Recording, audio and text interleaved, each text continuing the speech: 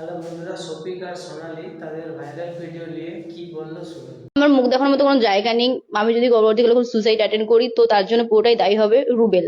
আমার পাড়া বা আমার এলাকা, আমি যেখানে পড়াশোনা করি সে কোথাও আমি মুখ দেখাতে পারছি না। আমাদের পাড়া থেকে আমাকে বলেছে যে এই মেয়ে যেন ঘরে না ঢোকে।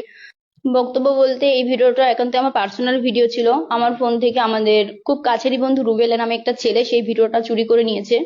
নিয়ে দীর্ঘদিন আমাদের ব্ল্যাকমেল করেছে। ব্ল্যাকমেলের আমরা যখন শিকার হইনি, তো এখন আমরা দুজন অন্য জায়গায় কাজ করতে যখন চলে এসেছি তখন ওই ভিডিওটা পোস্ট করে দিয়েছে। তো আমরা ভাবতেও পারিনি ভিডিওটা সে পোস্ট করবে। শফিকের সঙ্গে তোমার সম্পর্ক কি? আমরা রিলেশনশিপে আছি কতদিন থেকে আছো? সামথিং 1.5 বছর। ভিডিওটা কতদিন আগে দেওয়া? 1.5 বছর আগেকার।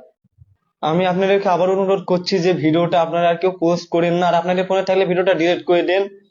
আর আমাকে কেউ ইনস্টাতে এবং ফেসবুকে বাজে বাজে কমেন্ট করবেন না, আর কোলাবরেশন তো করবেনই না। আমার নিজেরই খারাপ লাগছে ভিডিওটা, কারণ আমি তো ভুল করেছি। আর আপনারাও আমার এই ভিডিওটা বেশি বেশি করে শেয়ার করে ভুল করছেন।